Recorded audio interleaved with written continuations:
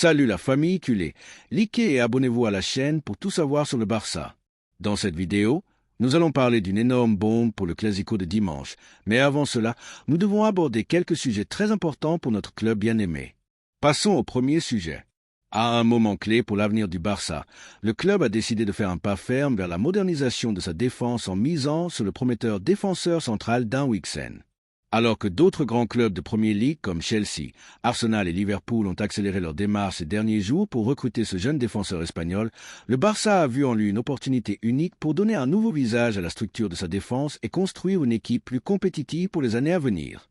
Le Barça ne se contente pas d'observer depuis la touche, mais est déterminé à devancer sa concurrence en offrant à Huijsen un projet d'avenir sous la direction d'Hansi Flick, un entraîneur qui promet d'amener le club à un niveau supérieur, tant en Espagne qu'en Europe. Mais pour comprendre pourquoi ce pari est si risqué, nous devons parler de la situation de Ronald Araujo, l'un des piliers de la défense du Barça ces dernières années. Le défenseur central uruguayen a été l'un des joueurs les plus importants dans le schéma tactique de Xavi Hernandez et maintenant aussi dans celui d'Hansi Flick. Mais la réalité est que son style de jeu et ses caractéristiques commencent à être incompatibles avec ce dont le Barça a besoin pour continuer à progresser.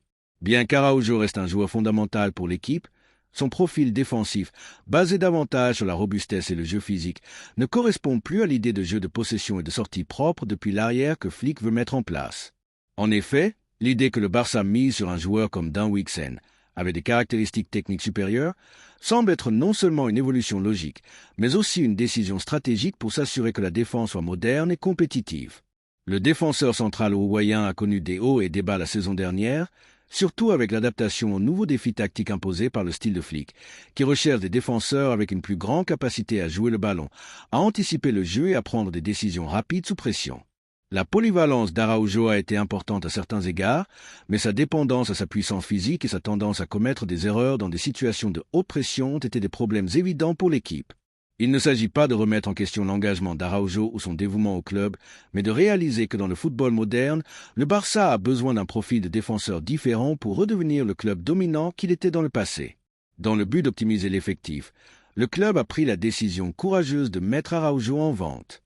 Le marché des transferts promet d'être très actif et la possible vente d'Araujo ouvrirait la porte à plusieurs options pour le Barça, non seulement pour améliorer l'effectif, mais aussi pour libérer une masse salariale qui pourrait être utilisée pour réaliser d'autres recrutements de qualité. On s'attend à ce que la vente d'Araujo rapporte un montant substantiel qui pourrait être réinvesti dans le recrutement de Dan Huijsen, une option beaucoup plus compatible avec les exigences de l'entraîneur allemand. Le mouvement d'Araujo pourrait être un changement nécessaire pour que le club retrouve son identité en équilibrant le besoin de maintenir un défenseur solide avec la nécessité impérieuse d'avoir une défense capable de sortir en jouant avec plus de précision, de contrôle et de maturité tactique. Du point de vue de la direction du Barça, le transfert d'Araujo n'est pas simplement une transaction économique, mais un mouvement structurel qui permet au club de faire un pas en avant vers une nouvelle ère.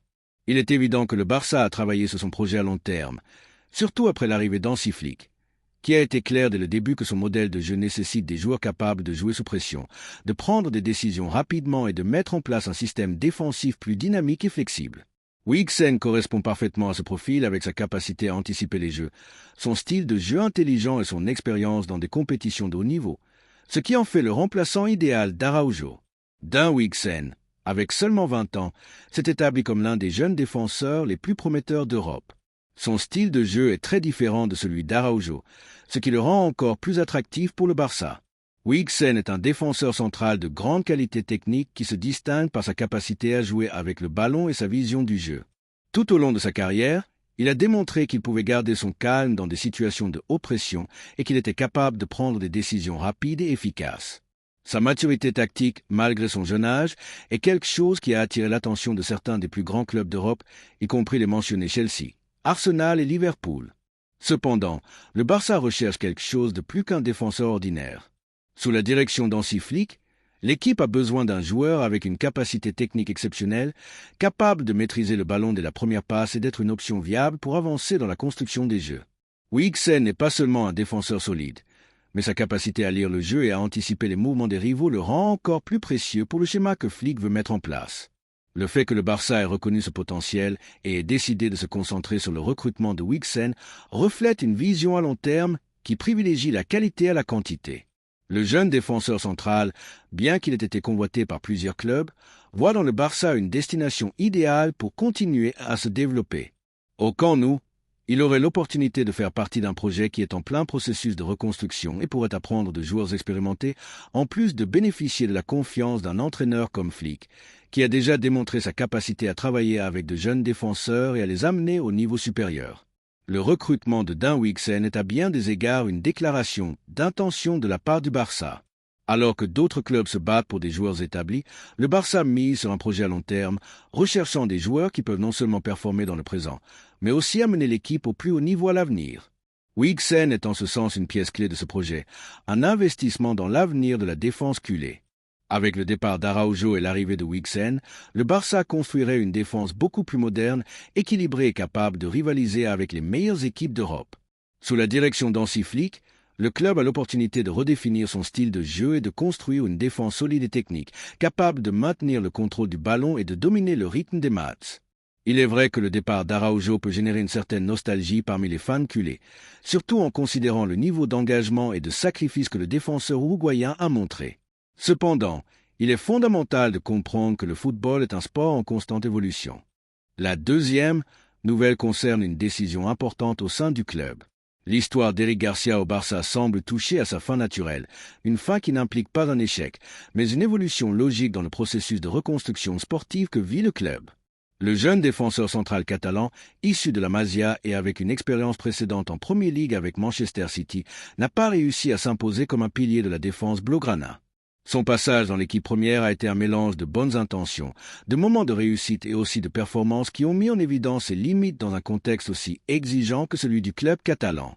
Maintenant, avec le marché estival qui approche et avec Hansi Flick prenant déjà des décisions pour la prochaine saison, la vente du défenseur se profile comme une opération raisonnable et nécessaire pour les deux parties. Selon divers médias anglais et espagnols, Aston Villa, dirigé par Unai Emery et Monchi, s'est sérieusement intéressé à Eric. L'équipe de Birmingham, qui a fait un bond compétitif notable ces dernières années, voit en le central une pièce avec du potentiel pour renforcer sa défense. La présence de Monchi en tant que directeur sportif est clé dans ce mouvement. Il est responsable de la direction sportive du Séville, connaît bien le marché espagnol, sait détecter le talent sous-utilisé et a une capacité prouvée à revaloriser les joueurs qui ont perdu de l'importance. Éric Garcia est un profil jeune avec un bagage international et avec les qualités techniques nécessaires pour s'adapter au style que Unai Emery cherche à imposer en Premier League. En ce sens, Aston Villa se présente comme une destination idéale pour un footballeur qui a besoin d'un changement d'air.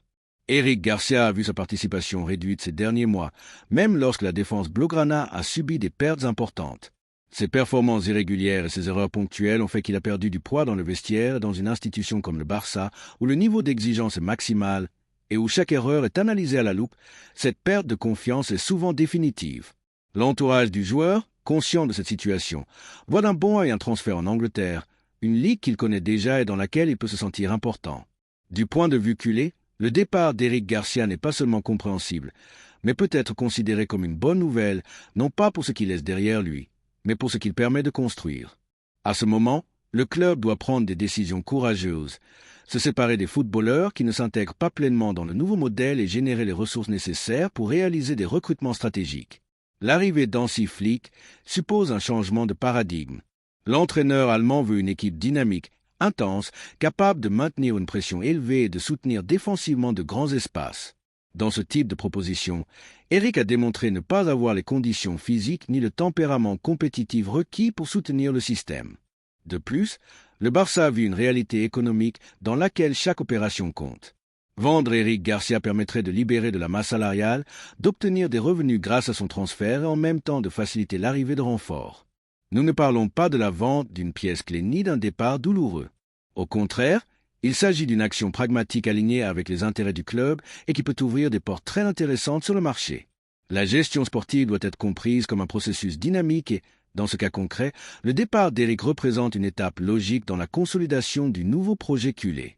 Joan Laporta, aux côtés de Deco et d'Hansi Flick lui-même, reconstruit l'effectif avec intelligence et planification.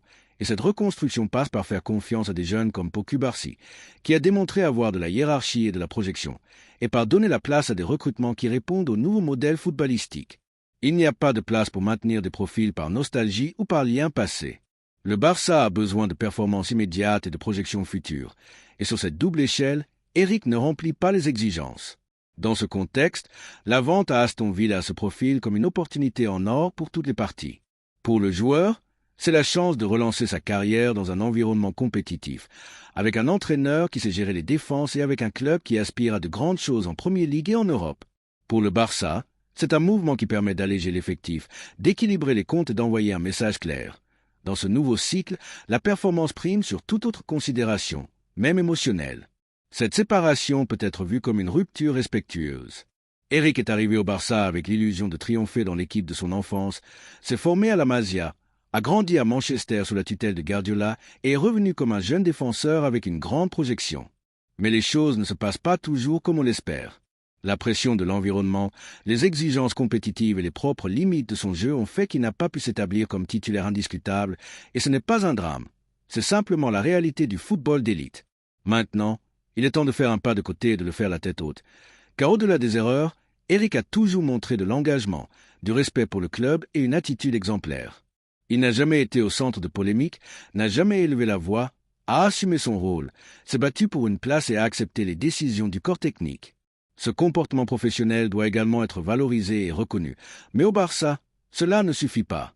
Il en faut plus, et Flick le sait.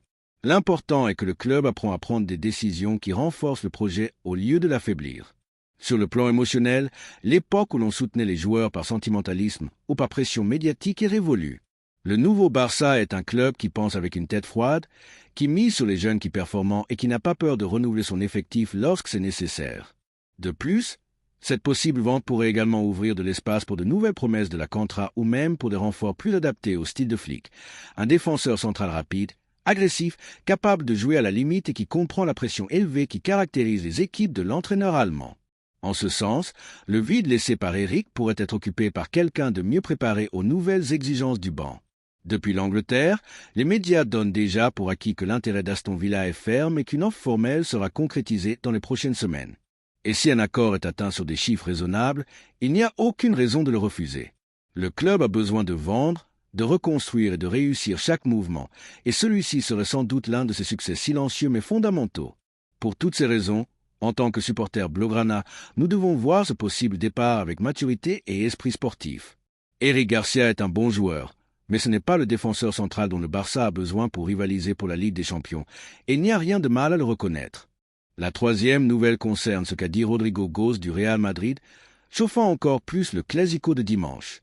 Ce prochain dimanche se jouera l'un des affrontements les plus attendus de la saison, le Clásico qui opposera le Barça et le Real Madrid au Camp Nou. À mesure que l'heure du coup d'envoi approche, les nerfs s'intensifient et les déclarations des joueurs commencent à chauffer l'ambiance. Cette fois, c'est l'attaquant du Real Madrid, Rodrigo Goes, qui a parlé de la rencontre, générant une certaine polémique avec ses mots.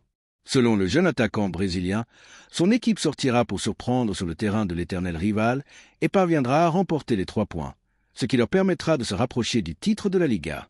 Nous sommes à 4 points de distance, mais dimanche commence notre remontada, a déclaré Rodrigo. Malgré le fait que son équipe vient de perdre la finale de la Coupe du Roi face au même Barça, dans ses déclarations, il a également mentionné que beaucoup de culés pensent que la Liga est déjà gagnée, mais que le Madrid est toujours bien vivant dans la lutte pour le championnat. Cependant, la réaction des supporters culés a été très différente. Le Barça est plus fort que jamais et les supporters blaugrana ne voient aucune raison de se laisser intimider par les paroles d'un joueur rival qui, bien qu'il ait du talent, ne parvient pas à éclipser la solidité et la détermination de l'équipe dirigée par Hansi Flick. Le Barça, qui vient de remporter la Coupe du Roi après une victoire indiscutable sur le Madrid, aborde le Clásico avec le moral au beau fixe et avec l'intention claire de frapper un grand coup. La victoire ne serait pas seulement cruciale pour maintenir la tête de la Liga, mais consoliderait également la domination culée sur son grand rival, laissant clair que le Madrid, aussi fort qu'il soit, n'a aucune chance de leur ravir le titre. La domination du Barça en Liga. Le Barça a démontré être l'équipe la plus solide de la Liga tout au long de la saison, avec un jeu de possession impeccable et une défense presque impénétrable. Sous la direction d'Hansi Flick, l'équipe s'est considérablement améliorée dans tous les aspects du jeu, de la solidité défensive à la fluidité offensive.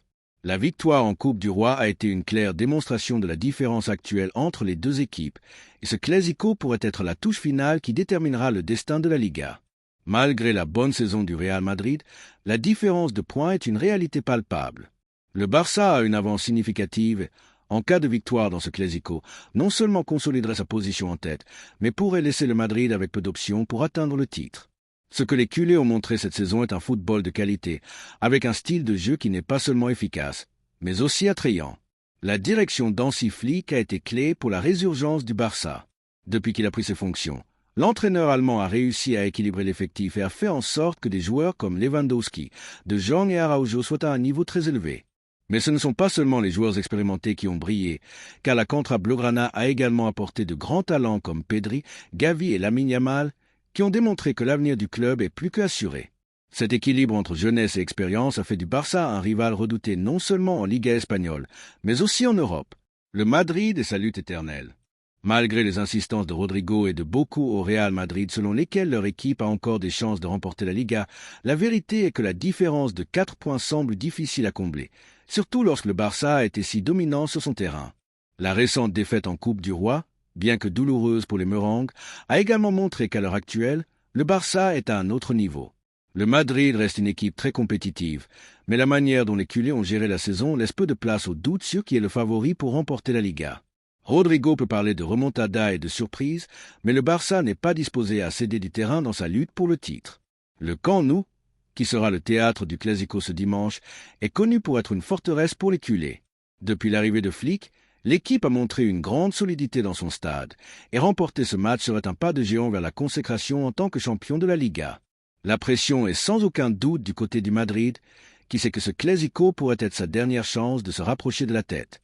Cependant, aussi fort que Rodrigo et d'autres joueurs du Madrid veulent faire croire que le Madrid est toujours en vie, la réalité est que le Barça continue de montrer qu'il est l'équipe la plus forte. Les joueurs clés du Barça dans ce Clásico. Le Barça comptera sur plusieurs figures clés qui sont en pleine forme. Lewandowski, qui a été le meilleur buteur de l'équipe, continue de démontrer pourquoi il est l'un des meilleurs attaquants du monde. Sa capacité à marquer dans les moments décisifs et son expérience seront fondamentales pour obtenir la victoire. De Jong, pour sa part, reste le moteur de l'équipe au milieu de terrain, distribuant le jeu et apportant une stabilité défensive. Araujo, comme toujours, sera un mur en défense, dirigeant la ligne arrière avec autorité et force. Pedri et Gavi, qui ont atteint un niveau très élevé cette saison, seront également fondamentaux pour déborder la défense du Madrid et créer des occasions de but. Nous ne pouvons pas oublier Ter Stegen, qui a été l'un des piliers fondamentaux de la solidité défensive du Barça. Le gardien allemand a démontré être l'un des meilleurs d'Europe et sa capacité à arrêter les tirs les plus compliqués a été vitale pour maintenir l'avantage en Liga. La combinaison de ces joueurs sous la direction de Flick fait du Barça une équipe pratiquement invincible, et ce Clásico ne semble pas être l'exception.